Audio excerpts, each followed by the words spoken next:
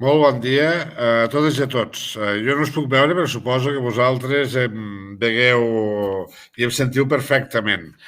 Sé que a l'altre cantó de la pantalla tinc a les amigues i els amics de les denominacions d'origen protegides i de les indicacions geogràfiques protegides. Ens coneixem des de fa ara ja uns quants anys i sabeu de la voluntat del departament, nou departament.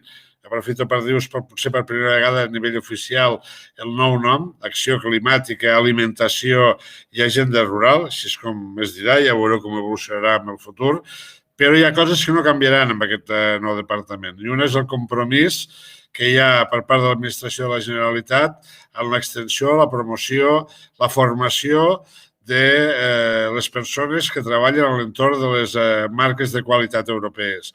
Sabem que són distintius, que els hem de potenciar molt més del que encara ho estan, que ho hem de fer conjuntament entre vosaltres, els protagonistes, i nosaltres, l'administració que us acompanyi.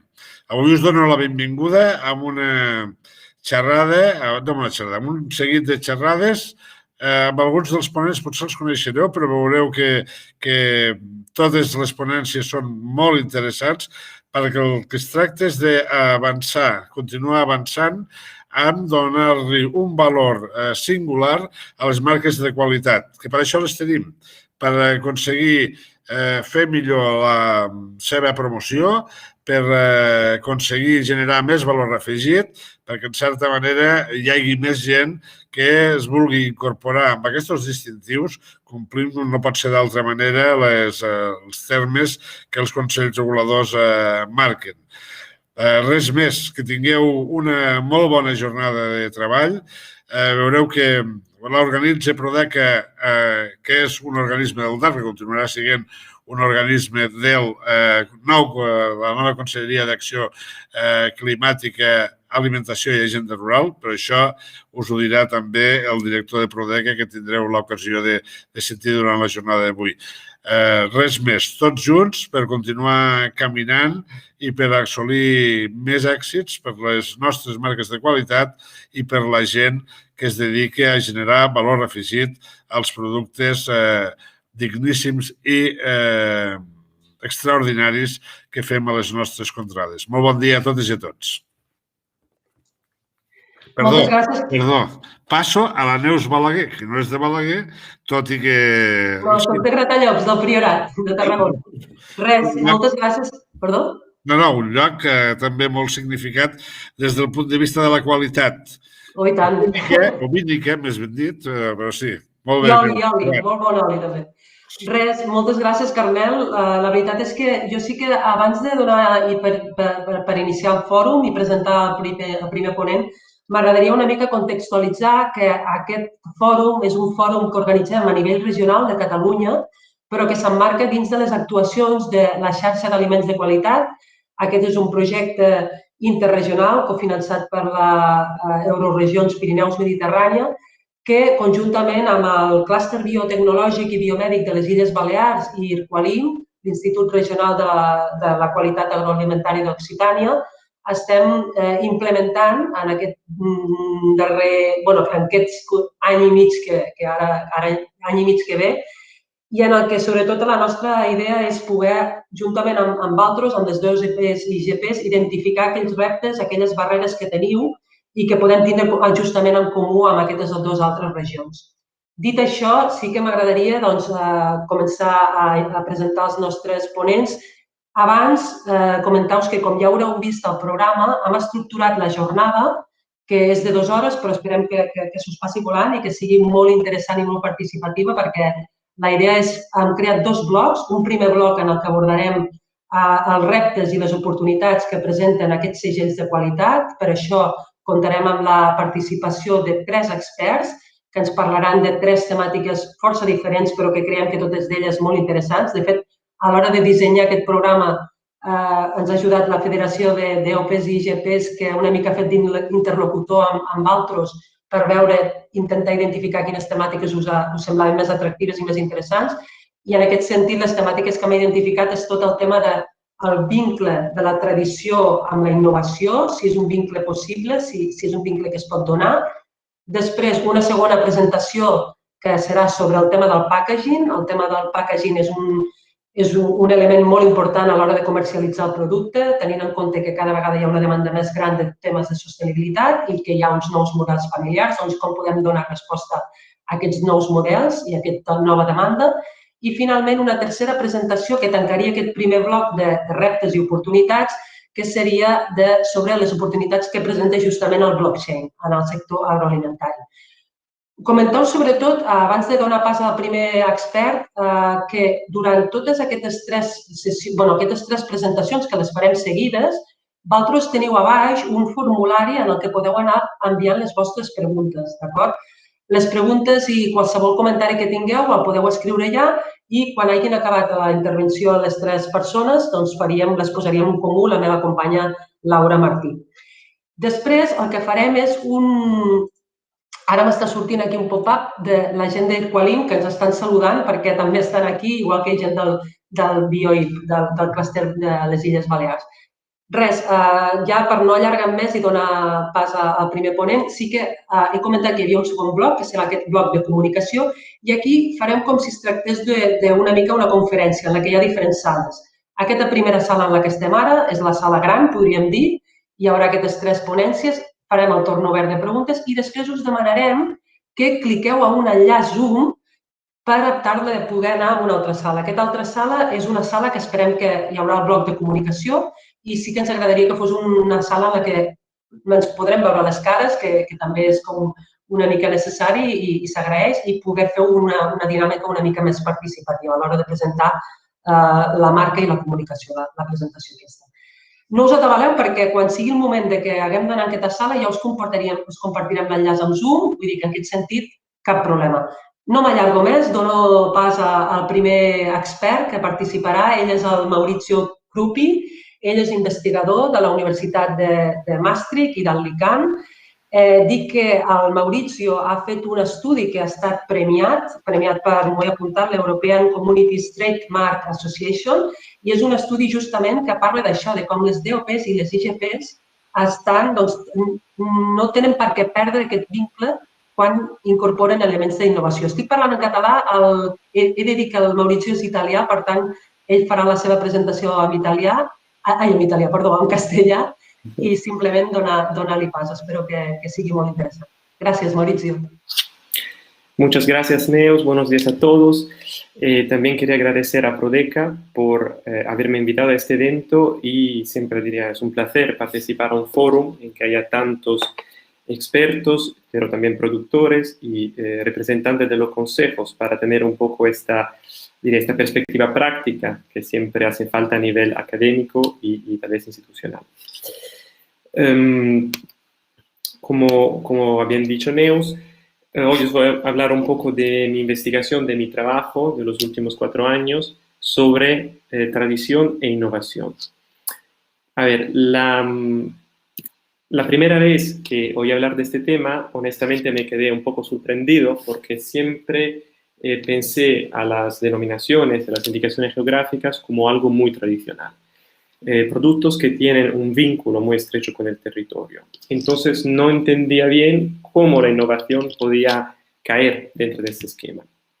Pero de jurista, como soy, me puse a leer el reglamento 1151-2012, el reglamento de la Unión Europea sobre productos agrícolas y alimenticios, y ahí, desde el empezar del reglamento, en el considerando 1 y 5, vi que había términos como evolución e innovación. Es decir, el interés del legislador europeo no era solo de proteger productos tradicionales, pero también dar medios a los productores para seguir compitiendo en un mercado cada día más complicado y también más tecnológico. Entonces, el análisis que he llevado a cabo en esos años sobre los documentos únicos de productos agrícolas alimenticios registrados a nivel de la Unión, hablamos de más de 1000 documentos, he averiguado que la palabra innovación estaba presente en muchísimos documentos. Efectivamente, innovación y tradición tienen una relación muy estrecha y la innovación tuvo lugar por lo menos en 3 momentos en la vida de un producto, de una DOP o una IGP. Un primer momento es una parte, diría, más histórica, el siglo, no sé, XV o XVI, de la historia del producto. También los mismos pliegos hacen referencia a esta innovación, diría, histórica. Después, en un momento de historia más reciente, diría la innovación que tuvo lugar en el momento en que se crearon los pliegos de condiciones, en que los productores se juntaron para decidir la norma, las reglas que tenían que regular la producción de un producto para que pudiese cumplir con las normas para ser calificado como DOP o IGP. Y hoy en día, en época aún más reciente, tenemos las modificaciones a los pliegos que han sido aprobados. Y es sobre esta parte que voy a enfocar mi presentación. Efectivamente, hay varios estudios sobre este tema. Aquí yo he citado uno, más estadístico, que habla de la importancia a nivel de números de esas modificaciones. Porque se ha averiguado que el 17% de las IG dentro de la Unión se han modificado por lo menos una vez.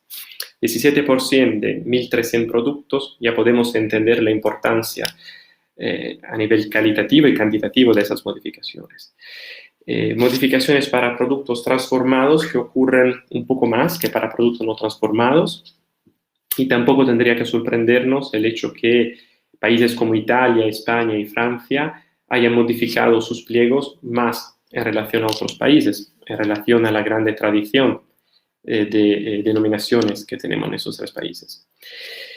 Entonces, estas modificaciones de los pliegos van en general en dos direcciones. En un lado, permiten dar más flexibilidad, yo diría, hacia la innovación, como la entendemos de forma normal y corriente, tecnológica o comercial, y en otras reglas un poco más, diría, estrictas. Es la idea de fortalecer el vínculo con el territorio, garantizar la identidad del producto, entonces guardar un poco más la tradición.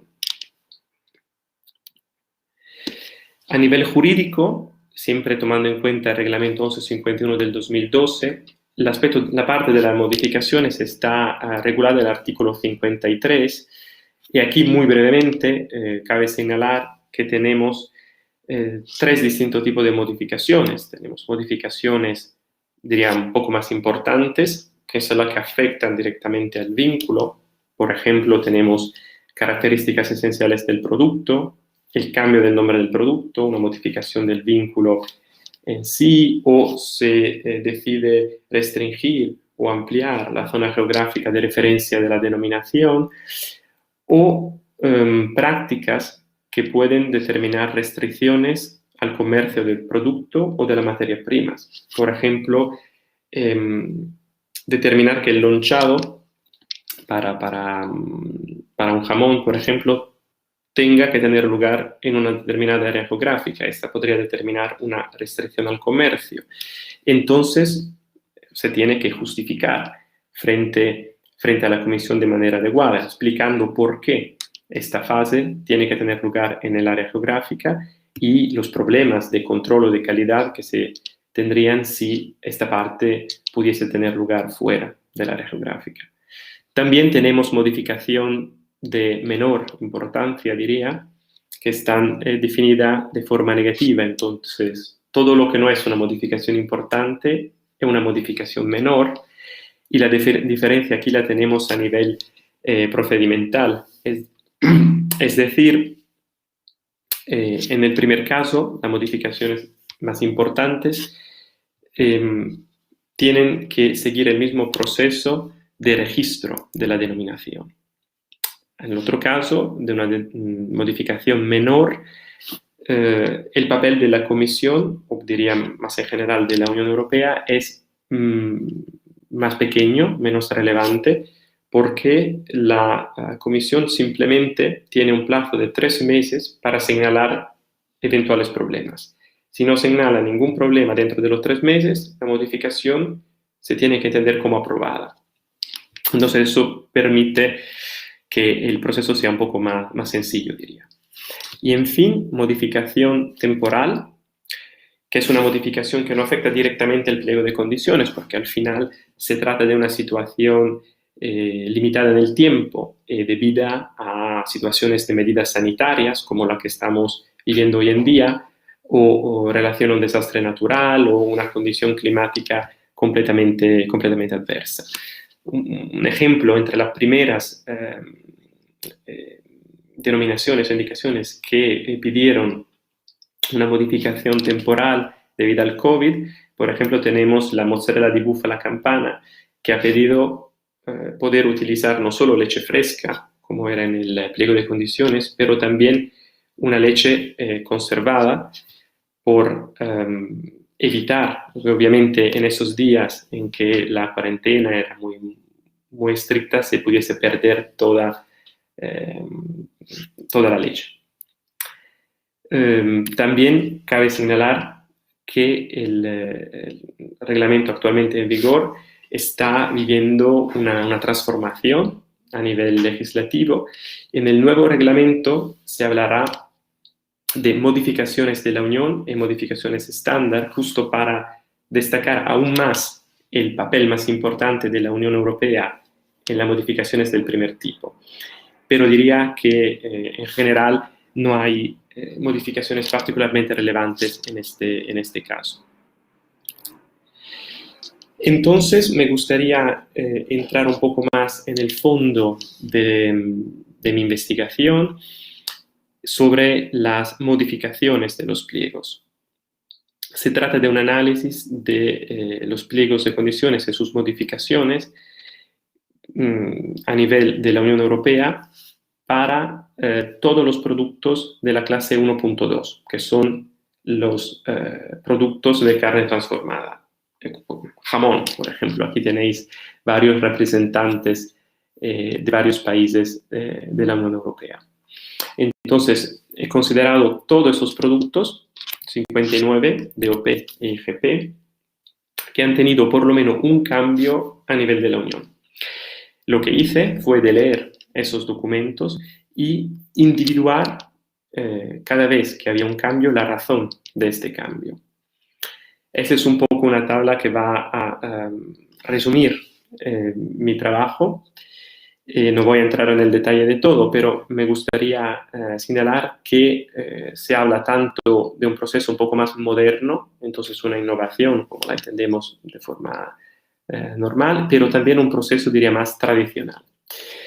Eso para ambas, DOP e IGP, tanto por la sección que se refiere a la materia prima, tanto por la parte relacionada al método de producción de esos productos. Aquí me gustaría presentar algún ejemplo práctico sobre ese estudio, a ver si os pueden interesar y ser útil también para eventuales modificaciones que queréis presentar.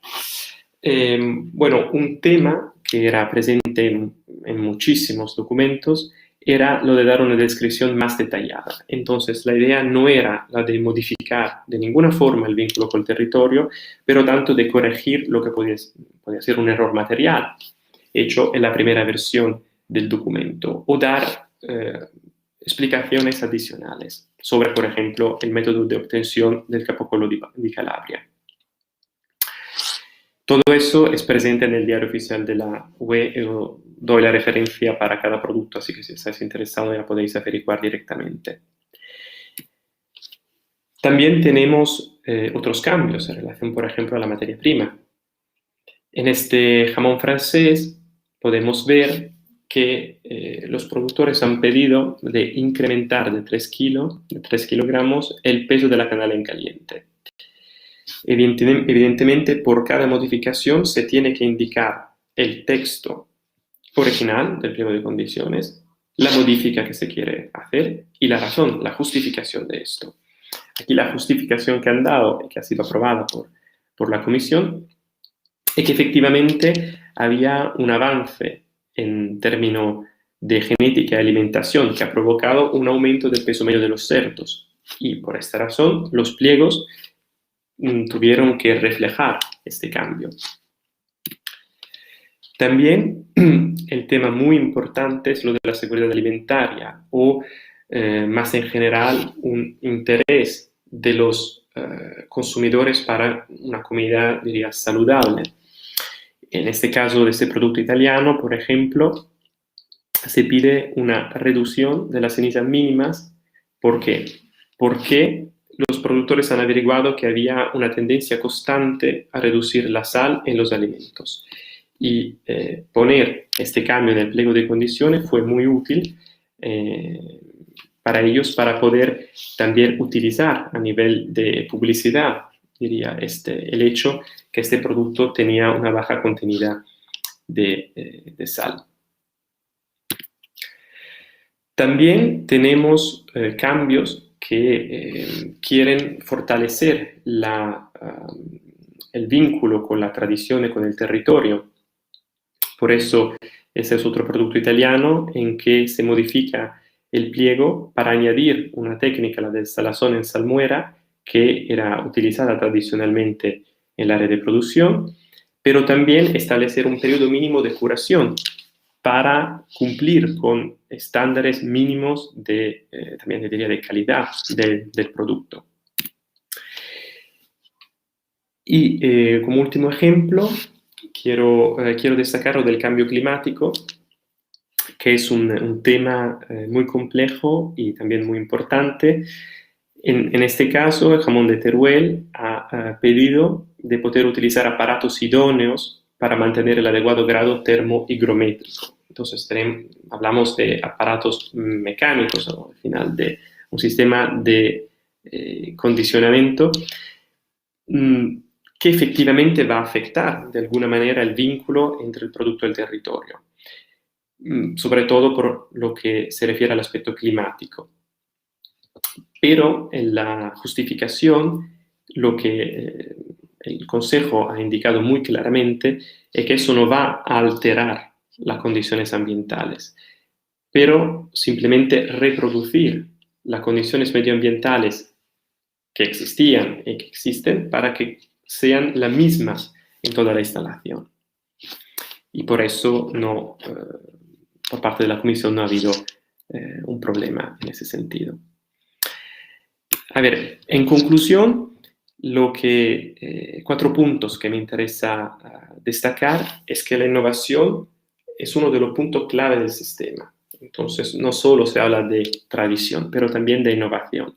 Una innovación que tiene lugar en varios momentos de la historia del producto, en su pasado, diría, en su historia, pero también en su vida más reciente y su dimensión contemporánea.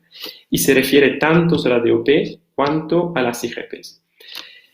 Y permite al final la innovación, o más bien, más en general, la modificación de los pliegos de condiciones, dar tanto flexibilidad cuanto fortalecer la tradición de estos productos.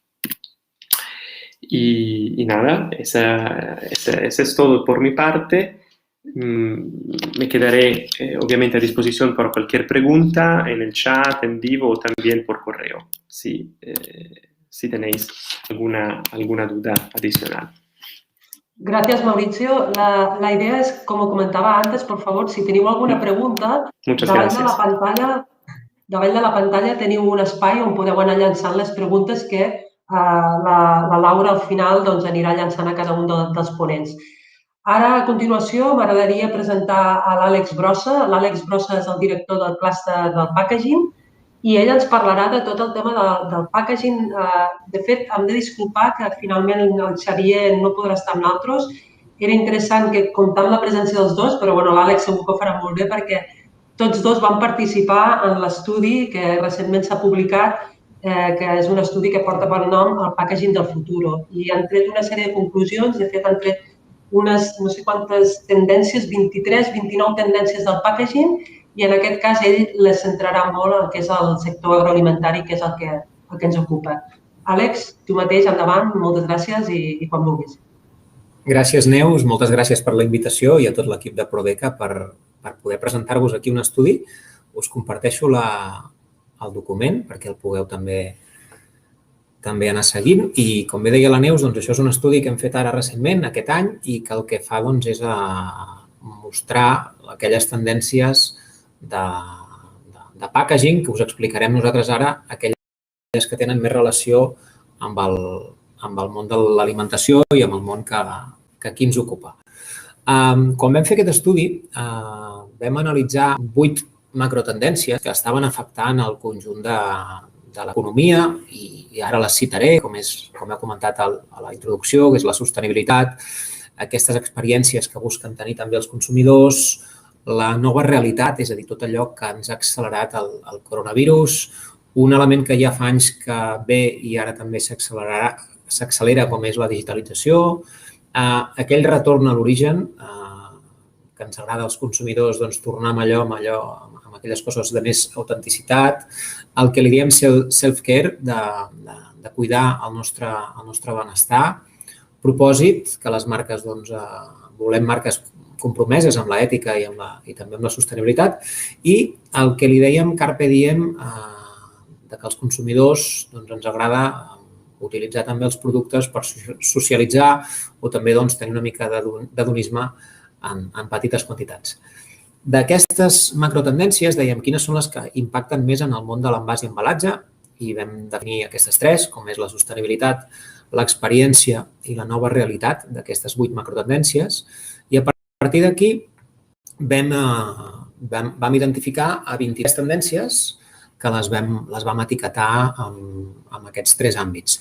Jo aquí en groc us he posat les que avui us explicarem, us mostrarem, perquè creiem que són les que tenen més relació, més impacte amb el món alimentari i amb el que avui ens ocupa i serveix una mica, són unes fitxes, com veureu, que mostren exemples concrets, no tan sols es parla de la tendència, sinó que mostra què estan fent diferents marques, tant a nivell local com a nivell global, i esperem que pugui servir de font d'inspiració, d'informació, perquè després us ajudi a prendre també decisions en el bon sentit.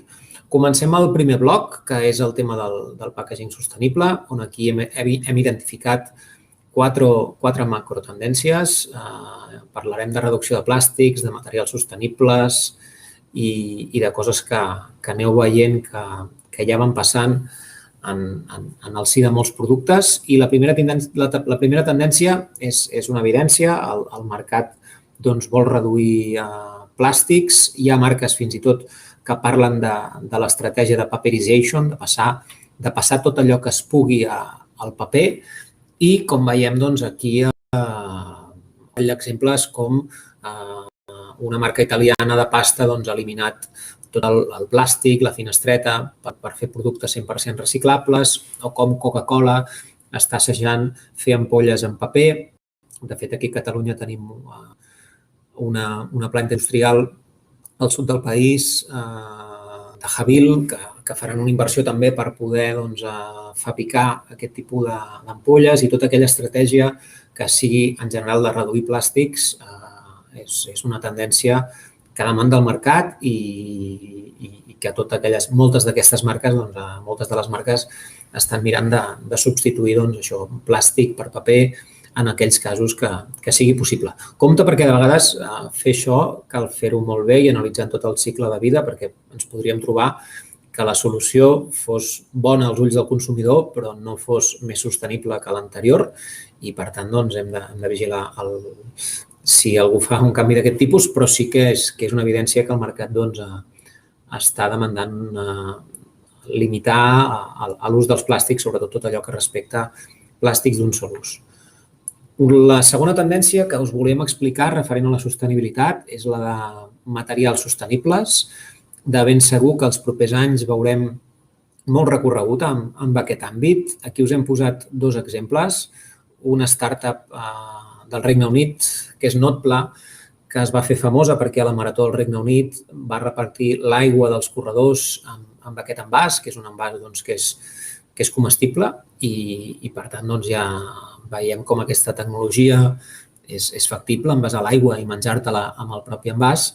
I un altre material, jo diria que és el més disruptiu, el més innovador que tenim a casa nostra, que és Oricite, que neix de la cambra de Rossers d'Amposta, on amb la clofolla d'arròs, amb aquest residu d'arròs que avui en dia té poc valor afegit i és un residu que n'hi ha moltíssim. De fet, la gent de la cambra d'Amposta l'altre dia ens deia que amb aquest residu, amb el residu que hi ha al món de l'arròs, es podria substituir el 50% dels plàstics d'un sol ús.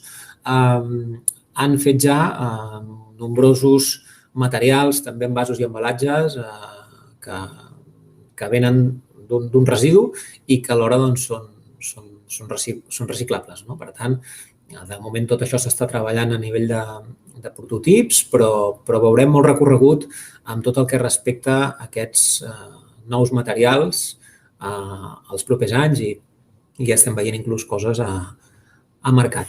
El tercer element que us volíem comentar del món de la sostenibilitat és tot això implica també un canvi de model de negoci, que és la servitització, és a dir, podríem passar de vendre producte a vendre servei, això és un clàssic i molta gent s'hi baralla amb com es pot fer i suposo que molts la coneixeu, però hi ha l'empresa Loop de TerraCycle que internacionalment està funcionant, que el que et fa és vendre't aquest servei ja bé sigui gelats, cafè, i per tant, quan se t'acaba el producte, venen, s'enduen l'envàs i te'l reposen amb un de nou, netejant l'envàs, és a dir, és un procés de vendre servei i no producte i implica una reutilització en el món dels envasos en contacte directe amb alimentació, com veiem aquí.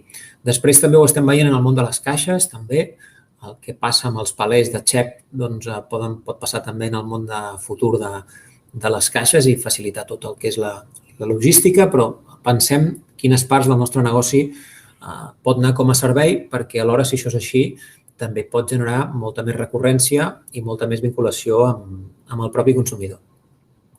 I l'últim element que us volíem comentar del món de la sostenibilitat, òbviament, quan parlem de sostenibilitat, no pot anar en detriment de les prestacions actuals que tenim amb el món alimentari. Si posem un envàs més sostenible, abans el ponent inicial parlava de la importància de la seguretat alimentària. Per tant, que protegeixi, que preservi, és fonamental.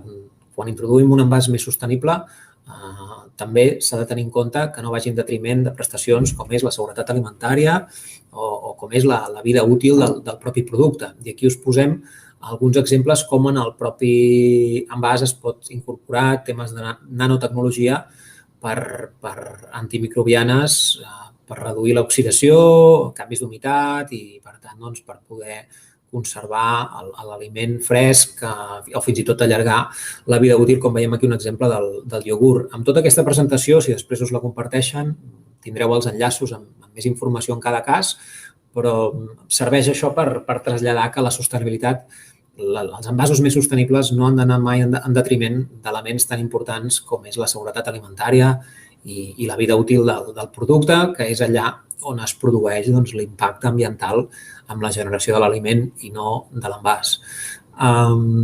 Deixem a banda aquest primer bloc que hem parlat de sostenibilitat i us hem explicat algunes tendències que creiem que estan a l'ordre del dia i anem al món del packaging experiencial. Això té més vinculació amb el consumidor, com a través de l'envàs, en molts casos, l'envàs és el primer element que interacciona amb el consumidor i és el que ens diferencia d'unes marques d'unes altres. I aquí veurem tres tendències. Una és el packaging intel·ligent, l'smart packaging. Aquí recomanar-vos una entitat que es diu IPEA, que té la seu a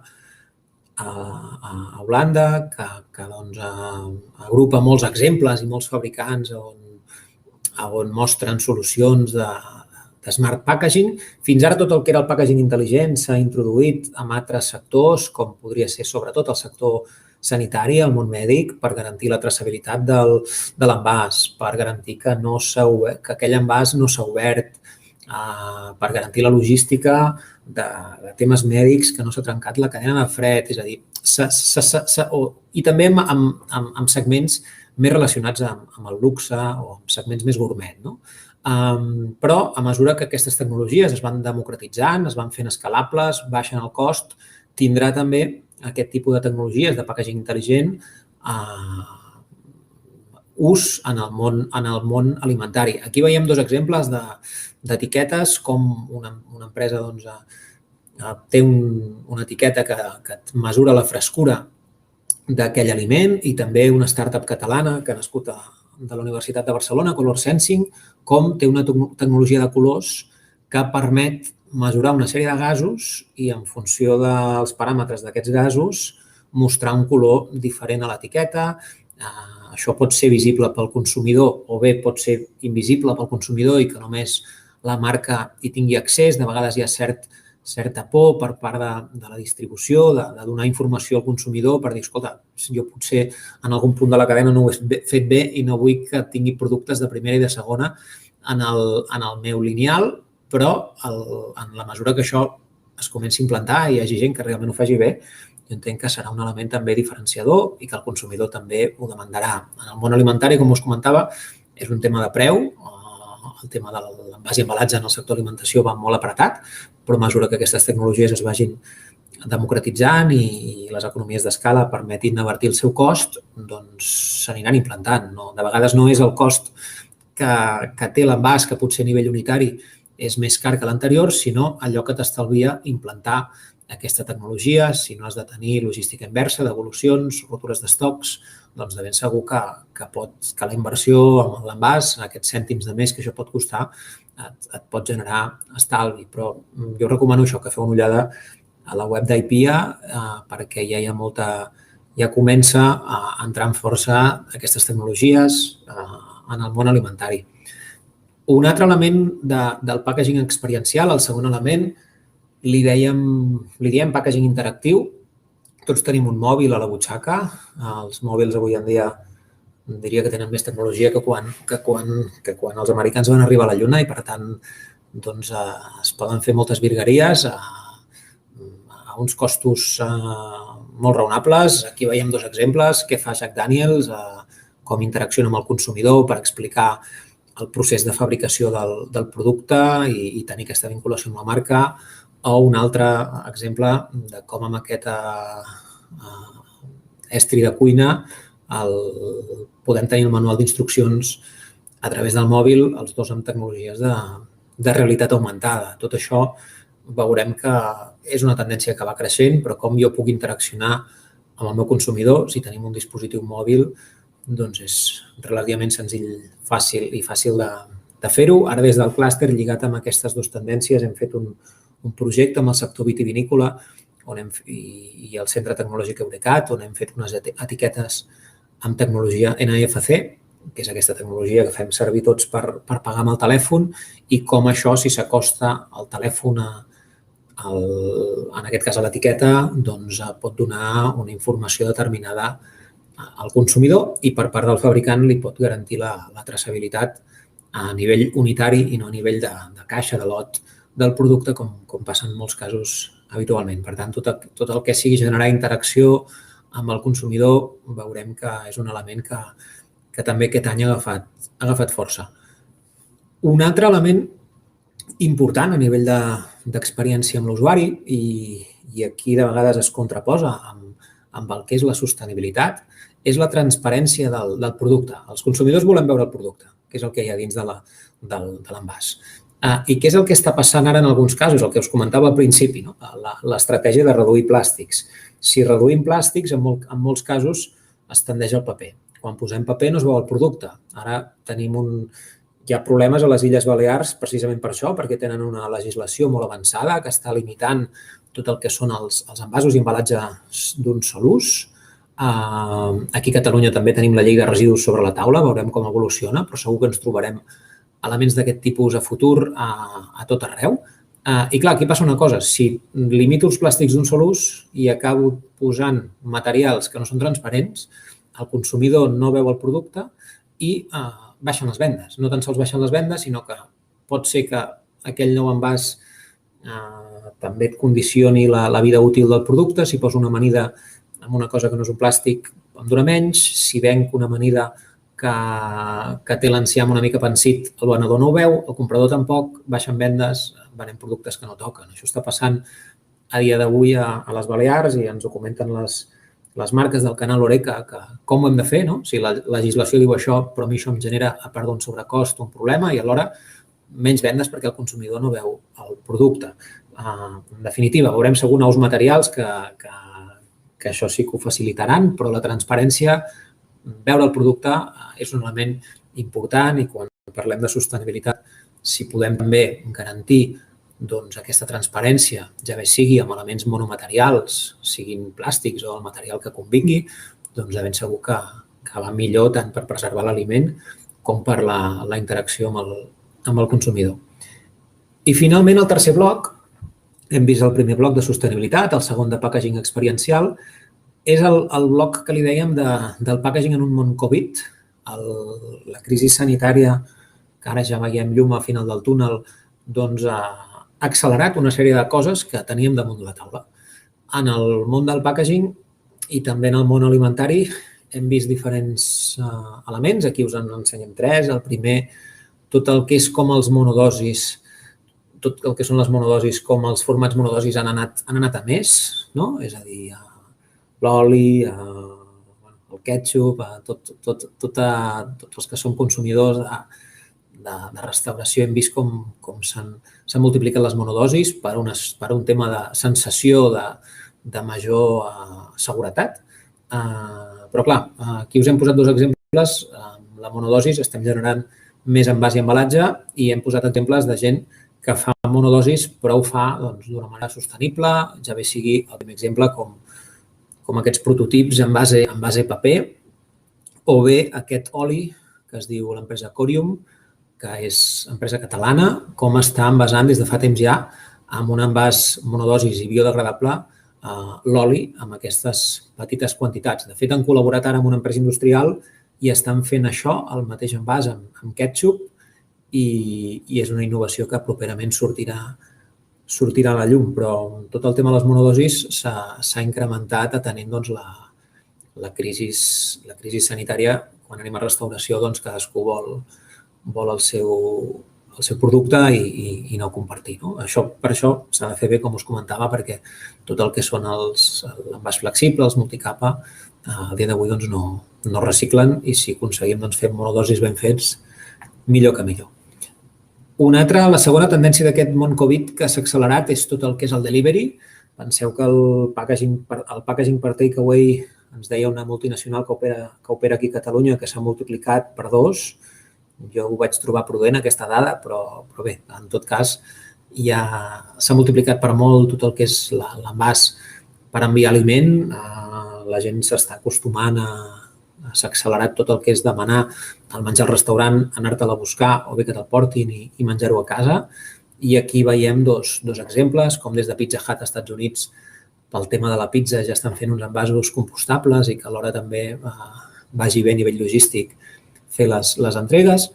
I un cas d'una startup catalana que recentment també ha sortit als mitjans per part de l'Oriol Segarra, l'emprenedor, la startup es diu Boomerang, com està fomentant la reutilització d'envasos amb el canal takeaway. Una mica, com us comentàvem al principi amb l'empresa Loop, quan parlàvem de servitització, aquí veiem un exemple en el món del takeaway de la reutilització d'envasos. Com jo puc crear una xarxa de restaurants que tots utilitzin un determinat envàs, que aquests envasos es puguin rentar i bé, que no em generi tot aquest desperdici que quan ara vas al takeaway tens una bossa plena d'envasos i embalatges, molts d'ells, o jo diria la gran majoria, que no són reciclables, fins i tot aquells que estan tendint al paper, com que no són 100% paper i porten làmines plàstic, tampoc es poden reciclar amb facilitat i, per tant, fomentar la reutilització en aquells àmbits on es pugui també serà tendència als propers anys. I, finalment, l'última tendència que us volíem comentar d'aquest món Covid, que ja estava passant els darrers anys, sobretot amb la gent jove, cada cop cuinar costa més, cada cop les unitats familiars són més petites i, per tant, fer envasos que permetin que directament ja es puguin escalfar al microones, al forn i menjar-te'l, anirem veient també diferents solucions i aquí, a més, veiem una estructura que és compostable i que permet escalfar-la. O aquí un exemple en el món de les begudes, com es pot innovar amb el tap, reduint l'oxidació i mantenint aquest sabor del propi producte. Però, per tant, tot el que sigui el menjar on the go, el fer-ho fàcil amb el consumidor, és una tendència que la Covid també ens ha accelerat. D'aquestes 10 tendències que us hem mostrat, aquí les hem vinculat amb aquelles 10 que nosaltres vèiem de més impacte, és a dir, d'aquestes 23 tendències en vam marcar 10 de les que tindrien més impacte de les que no en tindrien tant, potser, és a dir, 10 contra 13, i d'aquestes 10 hem fet la segmentació en groc d'aquestes que us hem explicat. Per tant, tot el que és en el món alimentari, reduir plàstics, treballar en els materials sostenibles, passar a serveis si podem, treballar amb nous envasos, aquest nou packaging alimentari que li dèiem, packaging intel·ligent, monodosis o tot el que és el packaging per delivery, lligat també de vegades a l'e-commerce, doncs són tendència. I bé, i aquí ja estem acabant l'estudi, que us serveixi per inspirar-vos, per idear, per co-crear, i si des del clúster us podem ajudar, doncs nosaltres promovem molts projectes d'innovació amb les empreses i amb tot l'ecosistema d'innovació a nivell nacional i internacional, doncs per això estem, per anar millorant, així que gràcies per la invitació i qualsevol consulta després ja ho comentem. Moltes gràcies a tu, Àlex. Jo entenc que tant pel Mauricio com per tu, com per tots els experts que us han convidat, és molt complicat sintetitzar en 15 minuts tota la feinada que heu fet i totes les conclusions que n'heu pogut extreure, però realment, des d'aquest primer bloc, des del punt de vista més a nivell normatiu, que ens ha presentat el Mauricio, ara tu aquests exemples també molt inspiradors, doncs crec que es tracta d'això. Sobretot recordeu-vos que qualsevol dubte, qualsevol pregunta els aneu formulant. A baix teniu aquell quadradet on podeu compartir qualsevol opinió, però sobretot enviar les vostres preguntes que traslladarem als ponents al final d'aquest primer bloc. I ara sí, per acabar aquest primer bloc sobre reptes i oportunitats, m'agradaria presentar a la Marta Vallès. Ella és fundadora d'una startup catalana, Votum, i és una startup que justament compta ja amb casos d'èxit del que seria la implementació d'això que tothom anomena i pocs saben el que és, el blockchain, en exemples agroalimentaris. Llavors, simplement passar-li el torn a ella perquè ens pugui mostrar alguns d'aquests exemples que també esperem que siguin inspiradors per a tots. Endavant, Marta, gràcies.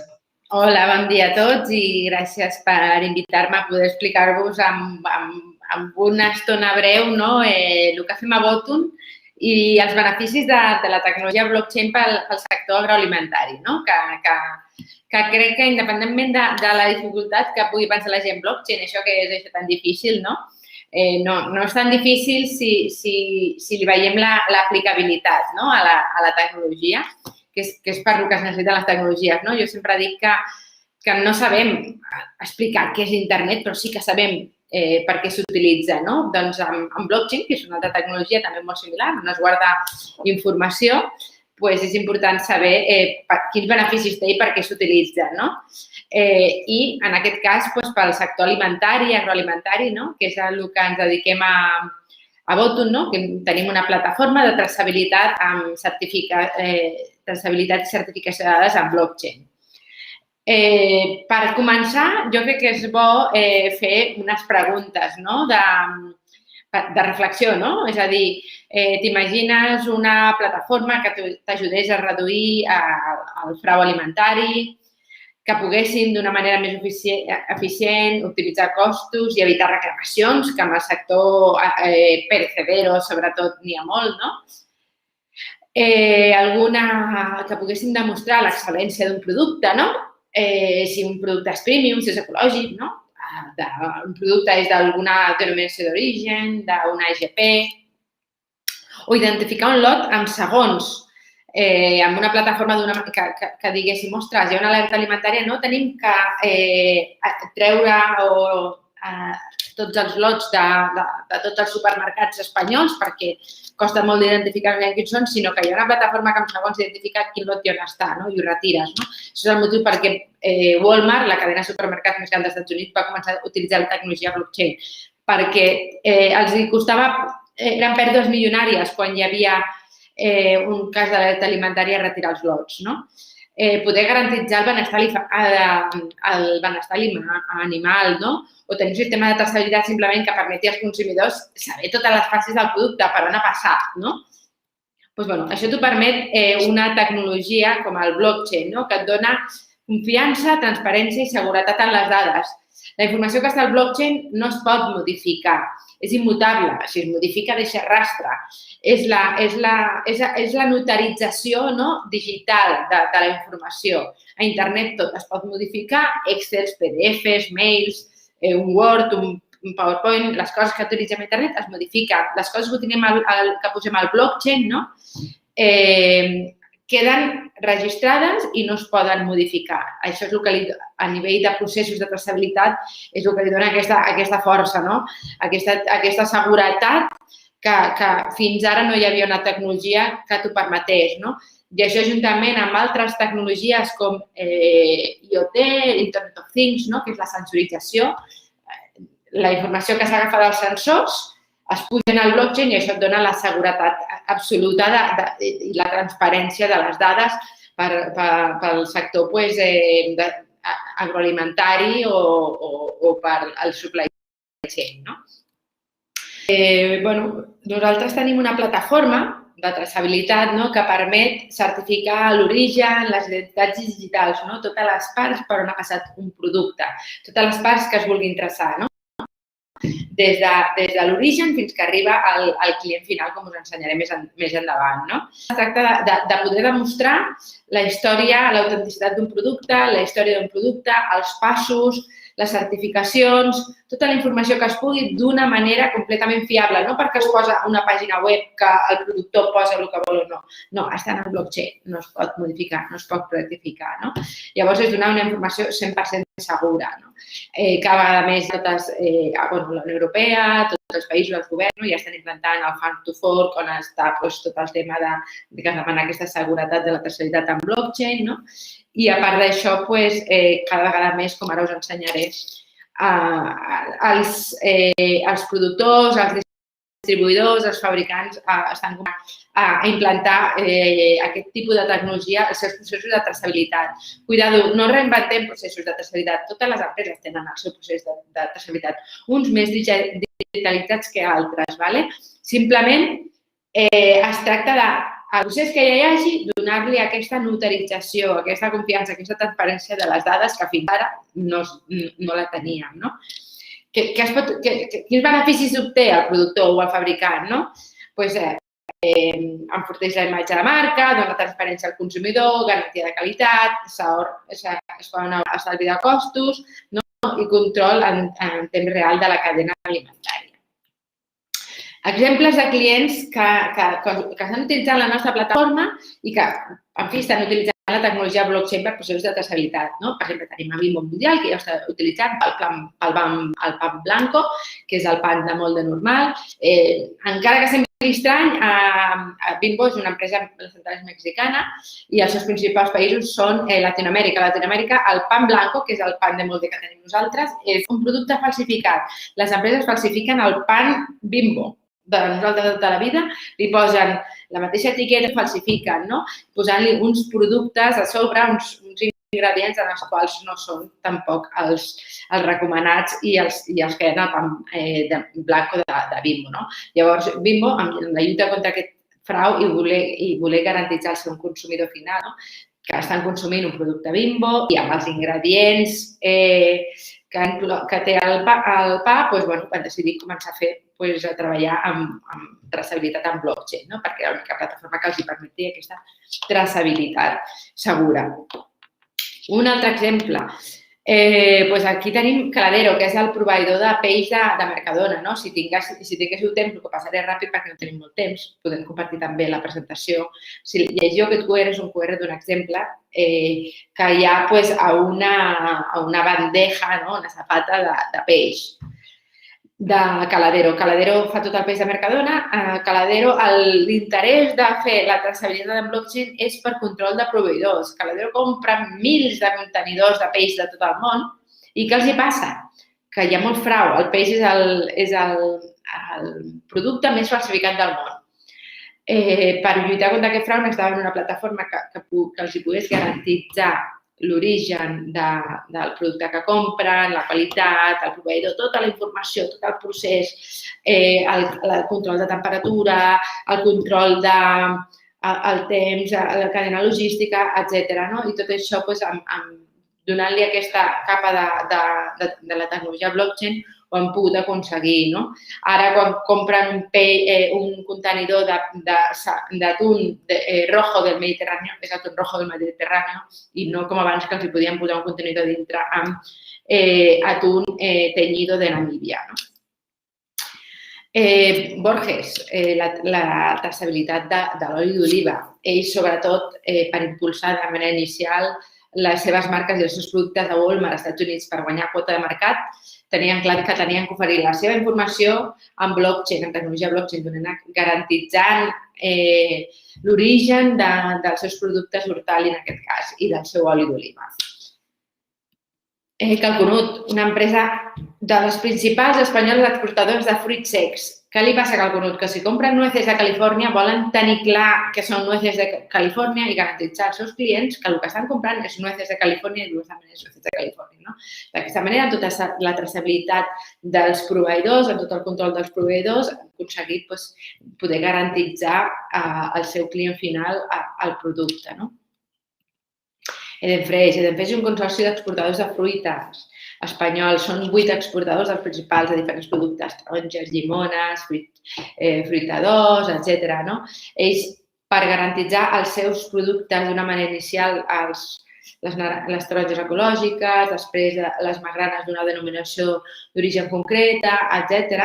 Els supermercats europeus, que són cada vegada més exigents en saber el producte que estan comprant, que té la qualitat, que si en el cas que sigui premium o que sigui ecològic, etc., els han tingut que oferir per guanyar quota de mercat i per donar aquesta garantia de producte que fins ara no podien donar.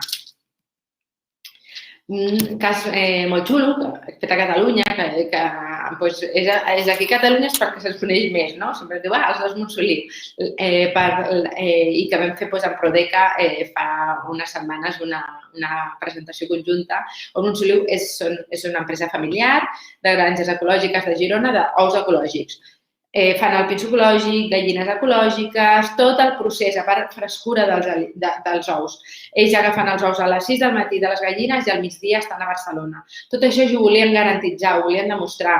La frescura dels ous, l'ecològic, tot el que mengen les gallines. Amb webcams es poden veure, des dels QRs, es poden veure les gallines, a les granges, tot aquest tipus de producte els ajuda també a nivell de màrqueting a diferenciar-se de la resta de productors dels ecològics que ja ens van dir al primer moment que vam tenir la primera reunió amb Montsoliu, ens van dir, ostres, és que ens diuen que són ecològics els de la competència i sabem que no ho són, perquè no pot ser, és impossible que no tinguin picos de baixades quan hi ha calor, que no tinguin tal, que sempre hi hagin, el 15 d'agost hi hagin ous XL, quan, totes aquestes intríngulis que si ets productor d'ou ecològic i tens les gallines al camp, saps que no pot ser així. Això és un projecte que també hem fet amb l'IRTA, l'Institut de Recerca de Tecnologia de Catalunya. A part d'això, mira, aquí posem un slide del màrqueting que s'ha obtingut amb Montsoliu. Ells, per fer aquest projecte, han sortit a premsa internacional, han sortit notícies en premsa amb expansió, amb ràdios generalistes, publicitat amb events, han guanyat un premi. Vull dir que a nivell de màrqueting han tingut molt impacte, han pogut presentar-ho a totes les cadenes de supermercats i, de fet, amb una de les principals cadenes de supermercats catalanes, la setmana que ve comencem en producció de tots els ous Montsoliu i els han demanat per garantitzar i per diferenciar-se de la competència. Un altre producte que tenim, producció, Price, som els proveïdors de tecnologia de Price, de tecnologia de blockchain, i és pel jamón ibérico. Vam començar amb una marca per poder garantitzar el jamón de Habbo, la traçabilitat al consumidor final, que el jamón Habbo sigui 100% ibèric. És un producte que té un valor premium i que s'ha de garantitzar. El procés d'elaboració, la identificació del port des que neix fins que amb lonxes pot arribar a un supermercat a Xina. La geolocalització del passat del producte, tot això dintre de donar una seguretat a les dades que no es poden modificar. Tal com va passant, el client tenim seguretat de que tots els passos que estan marcats aquí, que us ensenyo Granjas Manuel, des d'Extremadura, tal, tot això són passos que es posen al blockchain, la informació que es posa al blockchain. Dintre de cada caixeta d'aquesta es trobaria a part més informació que es volgués posar, certificats, vídeos, fotos, informació relevant que es considera, i tot això és el que es pot donar visibilitat al client final.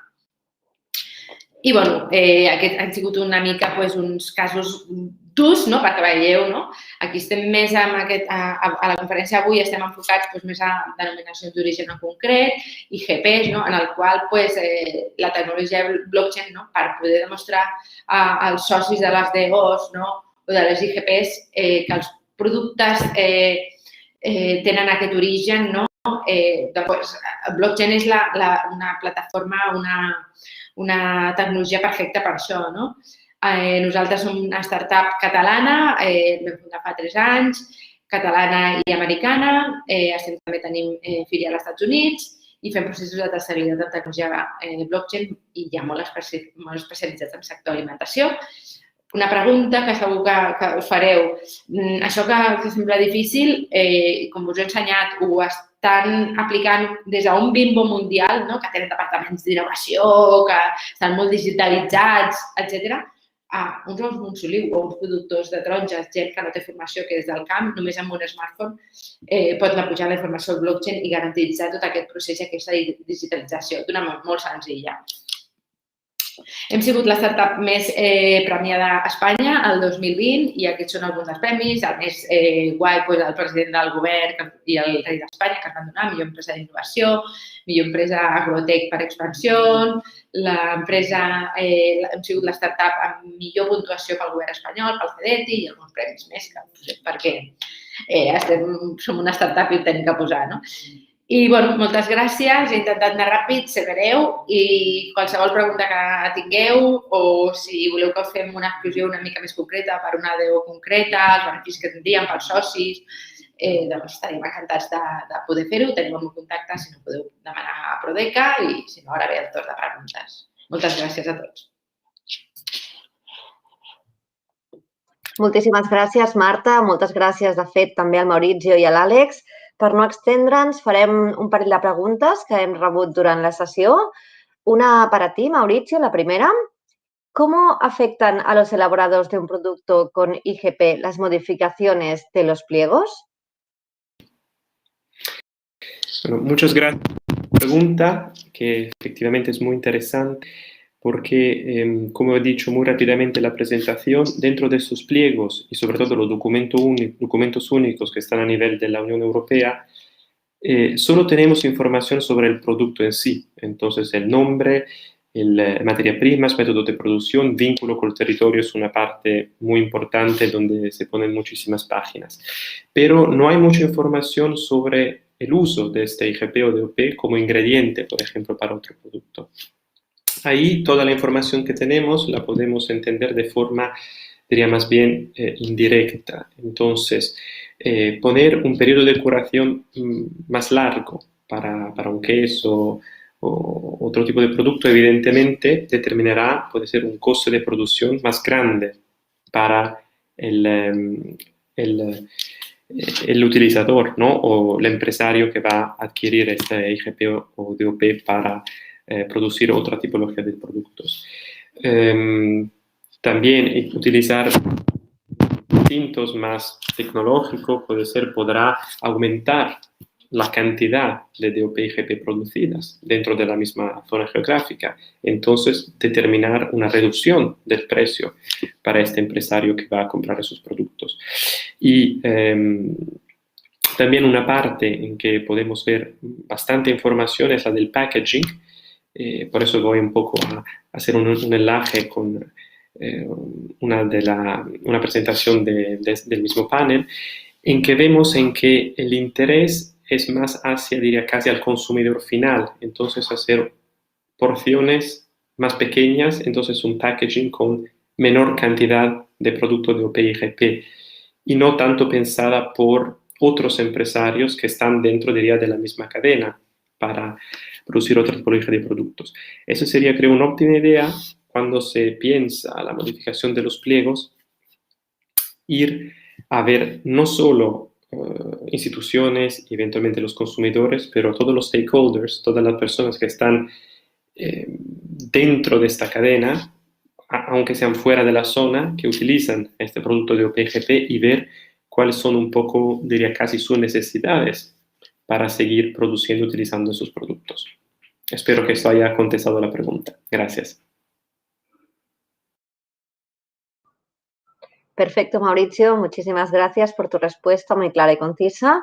Tenim una altra pregunta que és per l'Àlex Brossa i ens demanen si podem fer un repàs de l'última diapositiva, la de conclusions. Àlex, a veure si ho podem fer perquè hem intentat mantenir al màxim els temps, però hem accelerat aquesta part final de la presentació de l'Àlex. Àlex, endavant. Sí, gràcies. Jo us he explicat les 10 tendències d'aquestes 23. Si voleu, enumero molt ràpidament les altres 13. A la part de sostenibilitat, tot el que és el right sizing, és a dir, mirar de fer packagings que s'adaptin al producte, no generar sobreembalatge. El que és el zero waste, generar packagings en vasos que no generin desperdici. I una tendència que també jo crec que té molta relació amb el que avui ocupa, que és el tema de minimalisme. En el fons, la sostenibilitat en el món de l'envàs i embalatge implica ser minimalista, perquè com més minimalista siguis, com menys producte posis a mercat, menys tintes, menys adhesius, etc., millor.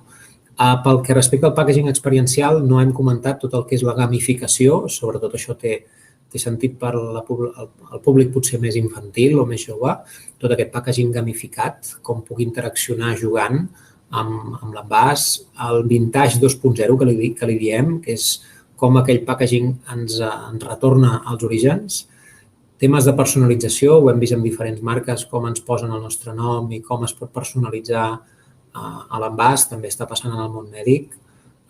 Tematització, fer envasos aprofitant esdeveniments esportius o temàtiques concretes. Edicions limitades, això també és un element que agrada al consumidor, fer aquells envasos que tinguin la percepció i que siguin, de fet, limitats. Envasos per compartir, envasos també grab and go, és a dir, aquells que es puguin utilitzar, consumir just quan els comprem i després fer formes diferencials aprofitant també l'embalatge. I en el món de la Covid, en el packaging en el món Covid, no hem explicat el packaging de l'e-commerce, que és un element que s'ha multiplicat molt darrerament i també hi ha exemples de caixes del món de l'e-commerce reutilitzables. I finalment tot el que implica l'última tendència, que és de velocitat i digitalització, tot el que implica incorporar tecnologia, sobretot en el procés productiu per garantir traçabilitat, saber on estan les coses, geolocalització. Això veurem que anirà més als propers anys i sobretot amb els fons europeus, on els diners no aniran tant en el món de l'envàs i embalatge per fer envasos intel·ligents, o sigui, no atacaran, entenc, tant el propi producte, sinó el procés industrial. I tenir tot el procés industrial ben connectat entre empreses, entre proveïdors, clients i demés, serà un element que ja anem veient projectes i també és una tendència accelerada tot aquest món digital per la Covid. Jo tinc la presentació que hem mostrat avui, la teniu disponible i si teniu algun dubte o consulta en alguna d'aquestes altres tendències o exemples o en voleu més, doncs contacteu amb nosaltres, que amb molt de gust ho podrem comentar. Gràcies. Moltes gràcies, Àlex. Fem una última pregunta que tornaria a ser pel Mauricio. Mauricio, ¿has hecho algún estudio de productos y sus etiquetas? Espera que lo estoy leyendo en directo, disculpa. ¿Has hecho algún estudio de productos y sus etiquetas que se utilizan en IGPs o DOPs como ingrediente?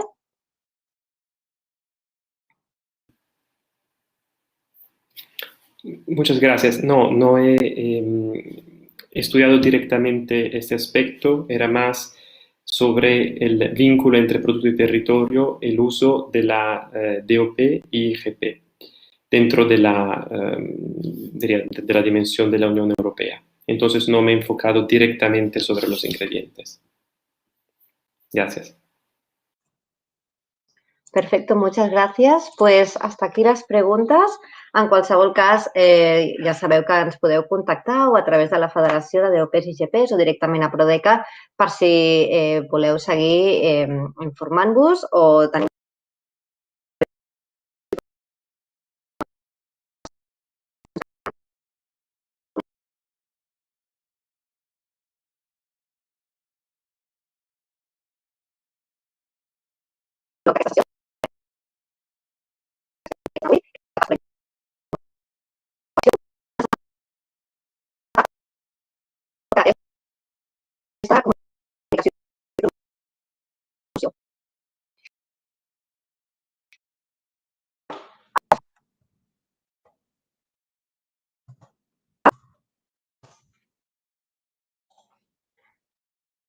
Hola, crec que la Laura té problemes amb la connexió.